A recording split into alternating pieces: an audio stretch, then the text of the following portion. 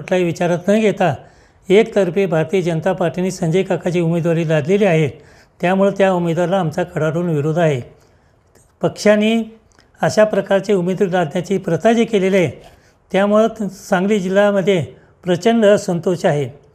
याच्या उलट सांगली लोकसभेसाठी महाविकास आघाडीचा जो सक्षम पर्याय द्यायला पाहिजे होता जयंत पाटील आणि विश्वजित कदमांनी, यांनीसुद्धा तो सक्षम पर्याय अद्यापपर्यंत दिलेला नाही।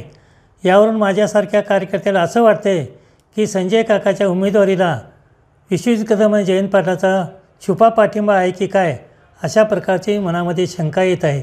किंवा संजय काका, विश्वजित कदम आणि जयंत पाटील यांची मिलीभगत आहे असं यावरून आपल्याला सिद्ध होते।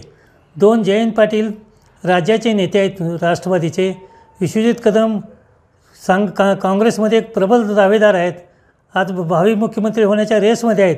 परंतु ह्या दोन्ही दिग्गज नेत्यांना स्वतःच्या पक्षाचा उमेदवार देवता येऊ नये हे खरं म्हणजे ह्या जिल्ह्याची शोकांतिका आहे। मागच्याला तुमचे कुठल्या आघाडी ते शेतकरी संघटना स्वाभिमानी शेतकरी संघटनेला त्यांनी उमेदवारी दिली आणि त्या मैदानातून पळ काढला। ह्याही वेळेस त्यांनी उद्धव बाळासाहेब ठाकरेच्या उमेदवाराला उमेदवारी देऊन पळ काढण्याचा केविलवाना प्रयत्न चालू आहे। त्यामुळे जिल्ह्याची फार मोठ्या प्रमाणात या ठिकाणी अधोगती।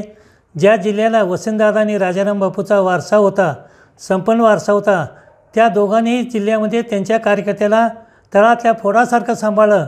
परंतु आज त्यांचे जे वारसदार आहेत हे कोणत्याही प्रकारे दोघांशिवाय जिल्ह्यामध्ये नेतृत्व तयार होऊ नये अशा प्रकारची रणनीती हाताळतात, हे जनतेला कदापि मान्य होणारं नाही।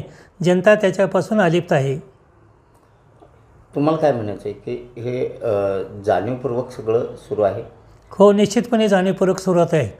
कारण मागच्याला तुम्हाला अनुभव असताना विशाल पाटलाला तुम्ही दुसऱ्या याच्यामध्ये उमेदवारी दिली, आता तुम्ही विशाल पाटलाचं नाव डिक्लेअर करतायत, दोघंही गप्प बसतायत। जयंत पाटील त्याच्यावर काय बोलत नाहीत, विश्वजित कदमही काय बोलत नाहीत।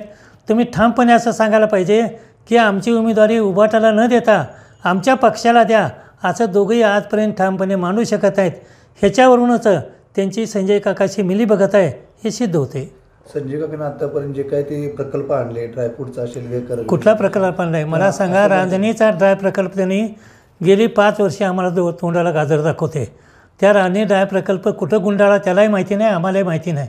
सांगलीचं रेल्वे स्टेशनमध्ये शेड तरी आहे का हो? तिथं पाऊस आला तर आम्हाला भिजावं लागतं आहे। तिथं साधा शेड जो माणूस करू शकत नाही त्यानं रेल्वेचं काय सुधारणा केले? कोल्हापूरचा विमानतळ कुठे गेला आहे? ड्रायपोर्ट कुठे गेलेलं आहे? आणि कुठल्याही योजनेचं काही काम न करता असताना म्हैसाळ योजना ही 30 वर्षापासूनची, आज 30 वर्षाची योजना अद्याप पूर्ण झालेली नाही। 10 वर्षे खासदार आहे। विस्तारित म्हैसाळ योजनेबद्दल आम्ही उपोषण केलं, यानं कुठल्याही उपोषणाला तिथं आलेलं नाही, वस्तुस्थिती आहे। त्यामुळं झालेल्या कामाचं श्रेय घेण्याचं काम संजय काका करतात हे उघड आहे आणि आम्हीच तयार केलेले कार्यकर्ते फोडण्याचं काम हे संजय काका आतापर्यंत करत आलेले आहेत। तुमचा नेमका विरोध कशा पद्धतीने असणार आहे? नेमका आता आम्ही आमच्या विचाराचे एक विचार मांडलेला आहे जिल्ह्यामध्ये की हा विचार आम्ही घेऊन जाणार आहे। ह्या विचाराचे जे मत लोक असतील त्यांची आम्ही बैठक घेणार। मग ते पक्षविरहित असेल, जे ह्याला पाठिंबा देतील त्या लोकांची बैठक घेऊन पुढील दिशा जी आहे ते आम्ही दिशा ठरवू। म्हणजे संजय काका पाटील यांना विरोध करणाऱ्या सर्व विरोधकांची तुम्ही बैठक घेणार? समविचारी लोकांची, राजकारण समविचारी लोकांची बैठक घेणार आणि सांगली जिल्ह्यामध्ये राजकारण एक चांगल्या वळणावर आणण्याचा एक आम्ही प्रयत्न करणार आहोत। बैठक कधी असेल का?